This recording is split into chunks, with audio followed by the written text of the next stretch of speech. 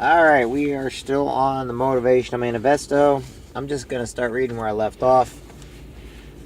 This is the requirement of a self-mastery and happiness. So it rests on our shoulders to notice when we feel bored or depressed and to force ourselves outside to engage with the world with a smile.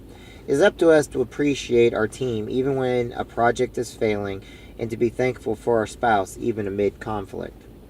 There could be no mastery of life if we cannot transform the energy we feel at any moment into cheerful engagement and deep appreciation. The self-labeled realist will tell us this is impossible.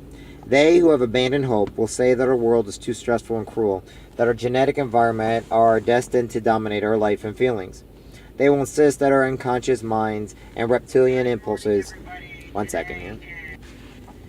They will insist that there can be no mastery of life if we cannot transform the energy we feel at any moment into cheerful engagement and deep appreciation. The self-labeled realist will tell us this is impossible. They who have abandoned hope will say that our world is too stressful and cruel, that our genetic environment are destined to dominate our life and feelings. They will insist that our unconscious minds and reptilian impulses for fear and selfishness will rule the day no matter what we do. But let our own minds decide what is real and what is possible for us. Let our own eyes see among the bored and battered faces a starkly different, brighter lot. There are those whose faces are so alight with life that they serve as a blind reminder amid the darkness of our time that joy and charisma and hope still exist. These are the energizers, the cheerful individuals who inspire and live those around them, even though their backgrounds, genetic and environment, would give cause for them to apathetic and detached. They too might have come from a broken home or poverty, but instead of choosing bitterness, they seem blissful, aware of, and deeply thankful for their blessings, even when those blessings are fewer and more meager than others. These few, the energized and happy and thankful among us, are not lucky, nor can they be envied, for their treasures are available to all of us. Their treasure is freely chosen attitude. We are not blind to the fact that it is difficult to choose joy in an agement, chaotic, often angry world. The social contagion of negativity spreads quickly because the human mind is suspenseful. They are wired to sense and mirror the emotional energy around us. Seeing fear on someone's face can trigger a state of fear. Such emotion contagion had primitive benefits once. It was a blessing in time of grave danger. When the faces of our friends contorted in fear and they began to flee from some unseen threat, we saw their terrorized faces and automatically felt afraid and fled with them even before knowing the threat. This prevented us from being eaten or maimed by a prowling animal or murderous band of men. But this primal protection is now a mortal enemy, without predators on the hunt for our flesh. With little to fear but fear itself, in a world full of bored, fearful, sullen people, this mirroring impulse can ruin our lives. The energy of masses is, at best, a low-tier energy, an emotional bleak space created by a confused, wit cynical people operating on little sleep, high stress, and frantic desire to be somewhere else, with someone else, doing something else. We must ask ourselves, should I conform to their energy, and what of their thoughts and language? When the trite and bewildered cynic tells us that the world is going to hell, should we let our mind automatically seek to conform this reality? Should we too allow our mind to cast around for something to complain about? Will we allow all the negative needy energy of the world to infiltrate and spoil our emotion or serenity? We mustn't become catastrophes of energetic conformity. We must use our consciousness to overpower our mirroring impulses. The more we automatically allow ourselves to sync with others' energy levels, unless they are emotional energies of joy, love, enthusiasm, we ourselves wish to feel, the more we diminish our personal power. The more often we fall in line with the poor language and attitude of drowning masses, the more we sound and look like victims. We must never forget that ours is a world of distracted people craving personal freedom, but often choosing to operate from fear. And so, if we aren't conscious with our will and vigilance, we risk sliding into their tragedy. Life can lose its vibrant aura and charm if we do not blend the energy of our minds toward positive engagement and appreciation. And so, let us take back our focus and remember the riches, joy, and the jewel of life, gratitude the gold. The joyous master. What is the magic of joyous few who illuminate the world? Where do they find such pleasure in life? And how do they exude such positivity? Theirs is a simple formula. The joyous are simply more conscious and consistent in their attempt to sense and generate joy and gratitude. They try harder, making joy a practice, a habit of consciousness condition of their character, an enduring social art amid glum and boring times. They have made it their aim to live a joyous life. That is all. No smoke, no mirrors, just those simple forces at work that sustain motive, attention, and effort toward which they desire. This answer is not popular. It's easy to admit that we do not try often or hard enough. But if joy is lacking in our lives, we must accept the clear truth that we are not often enough bending our will to joy. We can lie and say that joyful people have it easier than we do, but we will all know happy people who have less fortune and health than we. Let us look to the instruction of those little happy people around us. Children have joy naturally. Their curiosity, lack of expectations, pleasure, a small thing, and full engagement in the moment are quick spouting seeds of joy. We can learn from them.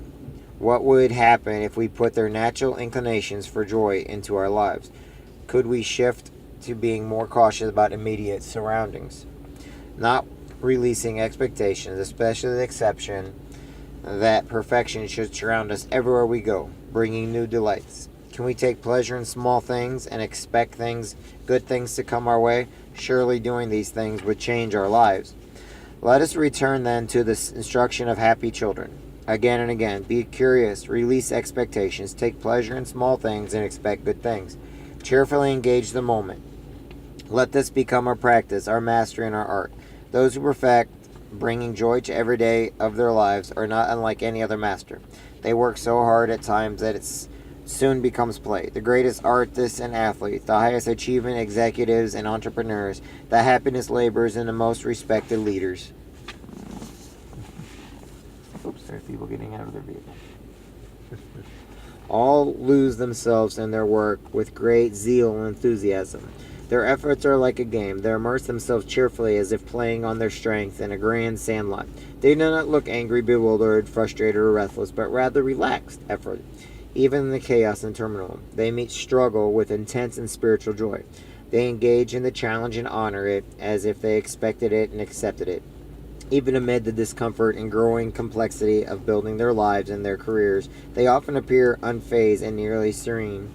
They often sing while they toil and smile when perplexed and working.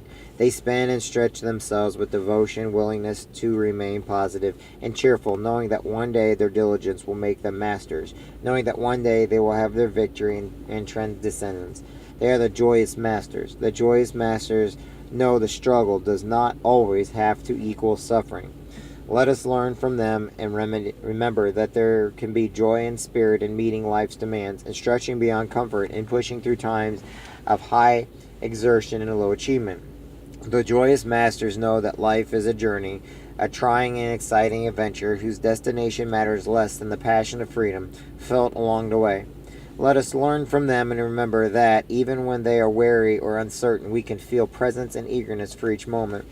The joyous masters know that amid all the chaos and conflict, all the hurry and wickedness of the world, there is something solid within that is beautiful and steady and good. Like them, we can have the scenes that our mind and soul are fresh and pure and clean, even as we slug it out in the thick mess of humanity. The joyous masters know that nothing good comes easily, but that all things can be met with peace like them. We can show grace even in the tightening grip of pain and face our long trials with serenity, dignity, and enthusiasm for a new day.